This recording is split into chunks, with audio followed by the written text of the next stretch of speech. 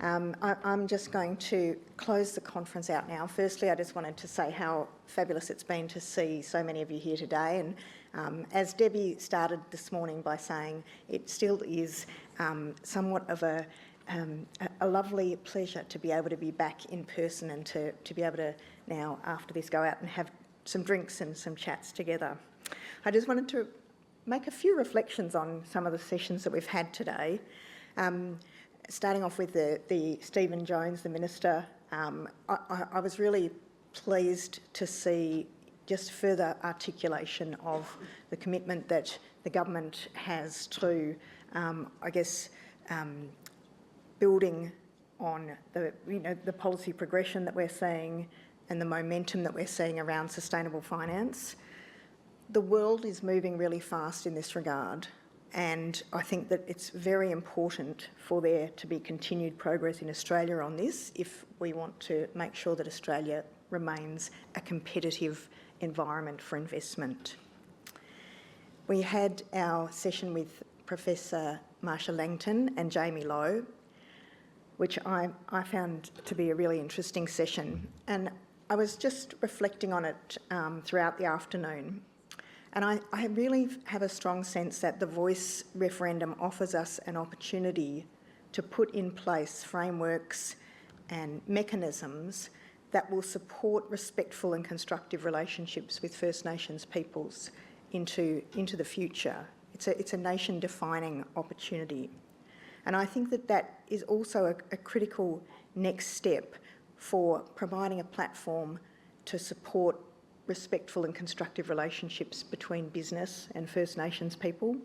And we all know the importance of those stakeholder relationships for positive business outcomes.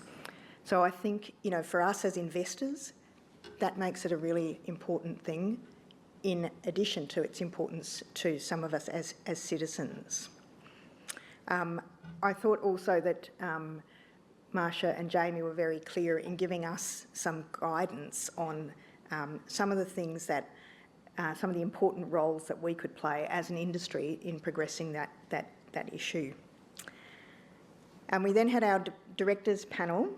A couple of things struck me about that one. Firstly, there was a lot of discussion about the uncertainty of the current environment, and I guess that has actually been a theme throughout a few of our panels today, and as has been the struggle between the short and the long term, and how you make decisions about which one you're going to focus on. But perhaps the biggest learning for me from that one was the importance this was from Mike Wilkins, the importance of keeping an eye on your WhatsApp. We had our Global Challenges panel, which I found fascinating. I mean, there are just so many big issues around at the moment. It goes back to that uncertainty of the environment, climate, war, potential conflict between the US and China, and the technology change that we're seeing as well, and the pace of the change being so quick. I think the biggest challenge ahead seemed to be agreed to be climate transition. I was also really struck from that session, I don't know if Vicky's still here, but just the number that she gave of, like half of REST's members won't retire until after 2060, So, I don't know, net zero by 2050 sometimes sounds like a long time away, but it's actually not that far away when you think about it in those terms. And then on our Just Transition session, I think, some really interesting reflections there in respect particularly to the scale of the work that needs to take place. And I think it was really helpful for us to be able to draw on some perspectives from precedents, in fact, from the good work that's been done in Scotland. I thought that Warwick's point about the criticality of the Just Transition Authority, because there has to be a responsible entity for this.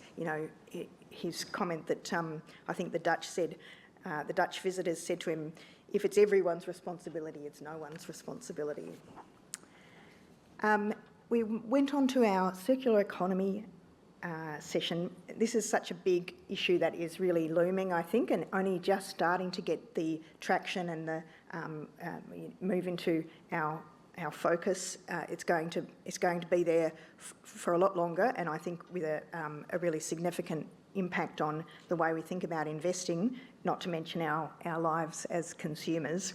And I think, the point that John made about the huge role for government, because the current system provides no incentive to move, and that the lack of pricing of externalities, once again, as with the carbon journey, is such an important issue to be dealt with.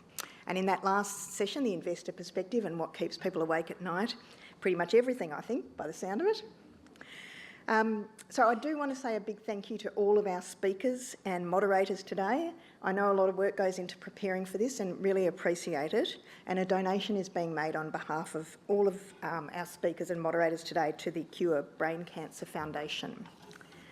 Also want to once again thank our conference partners, including Ausbil Investment Management, which is AXI's, as you know, AXI's 2023 major event partner, and also to Federated Hermes, Glass Lewis, IFM, MSCI, Natixis, Northern Trust, Robeco, S&P Global, and our media partner, Investment Magazine. Then I really want to turn to you, Ali, to thank you, because once again, you've done a fabulous job as our MC.